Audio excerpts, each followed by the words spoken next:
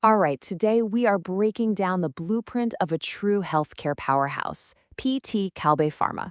They're the biggest publicly listed pharmaceutical company in Southeast Asia, and we're going to decode exactly how they built their empire and what keeps them on top. So here's how we're going to do it. First, we'll get to know the company and its four main pillars. Then we'll walk through their growth playbook and see what's fueling their innovation. After that, we'll check out how they handle challenges, and finally, we'll take a look at what's next for them. I mean, that's really the big question here, right? How do you do it? Since they started way back in 1966, Kalbe Pharma has basically woven itself into the fabric of Indonesia's health, mastering a market that's as massive and complex as the country itself. You know, their story is classic startup stuff. It all started in a garage, but from that super humble beginning, it's grown into an absolute cornerstone of the Indonesian healthcare system, a truly dominant force in the health of millions. To get a sense of just how big they are, you just gotta look at the numbers. In 2022 alone, their sales hit nearly 29 trillion rupiah. To put that in perspective, that's almost 2 billion US dollars. That is a massive financial footprint, and it really cements their spot as a regional leader. So where's all that revenue coming from? Well, Kalbe's strength isn't just in one thing. Their success is built on four different really powerful business pillars that make them super diversified and, resilient. And what's so interesting when you look at this chart is the balance. You might think it's all prescription drugs, but nope. Their biggest slice of the pie is actually distribution and logistics.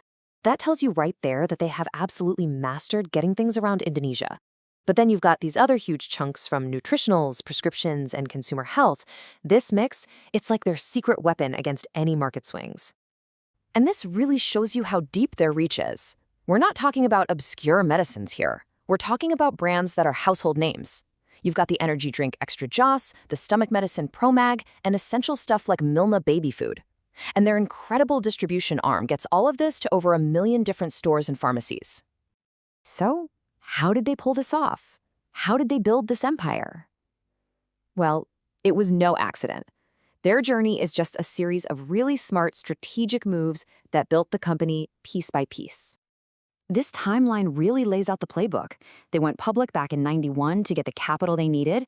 In 2005, they streamlined everything and made a smart acquisition with the Woods brand. By 2006, they were already looking to expand across the region. Then they started making these huge, bold moves, like opening the country's first ever cancer drug factory in 2014. And just last year, they jumped into cold chain logistics. You can see the strategy plain as day. But look, their growth wasn't just about making good business deals. The real engine, the thing that's really driving them forward, is this deep, serious commitment to R&D and innovation. And this isn't just some slogan they stick on a wall. It's one of their 5 core values, what they call Pancha Srada. This idea that innovation is the key to their success is baked into their DNA. It guides pretty much everything they do. And their innovation is really cutting edge. Take something like pharmacogenetics. Kalbe's CalGen Lab is a pioneer in Indonesia, studying how our own unique genes change our response to drugs. I mean, this is the future, right? Moving away from a one-size-fits-all approach to medicine that's actually personalized for you. And this focus is producing some amazing results. They've developed Rituximab, which is the first biologic for cancer treatment that's actually made in Indonesia, and Efeza, a locally developed drug for anemia. These aren't just scientific wins, they're huge strategic victories. It means the entire country becomes less dependent on importing medicine and materials from overseas. Okay, but let's be real, building a giant like this isn't easy. Kalbe has had to face some major challenges, from economic turmoil to logistical nightmares. So how has their blueprint helped them stay so resilient? Okay, a classic problem, a weak local currency. When the rupiah depreciates and you're buying tons of imported materials, that can be devastating. But Kalbe's response has always been this mix of really smart currency management and a relentless push to be more efficient. It helps them ride out storms that could easily sink other companies. And then there's the geography itself.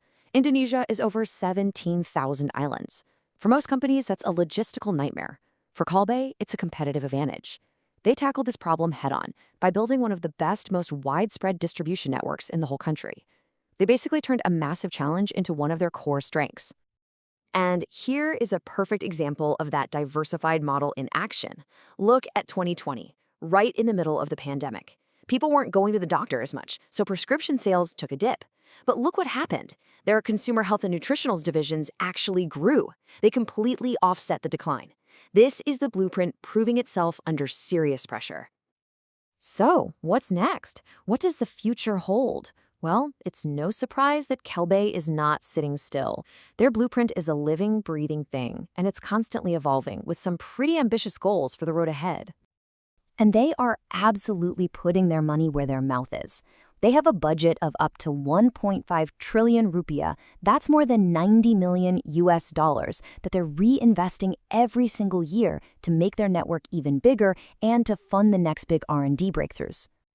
And they're not just sticking to what they know. They're pushing into totally new areas, like cold chain logistics for things like groceries and other consumer goods. And they're investing in digital health services, like their own e-store. They're thinking way beyond just the pill bottle. They're positioning themselves to be a complete health solutions provider for the future. So you end up with a company built on this solid foundation of diversification, smart growth, and relentless innovation. And now, it's poised to write the next chapter of healthcare in Southeast Asia. That chapter is definitely going to be about prevention, personalization, and technology. What that next page in their blueprint will look like, well, that's going to be really fascinating to watch.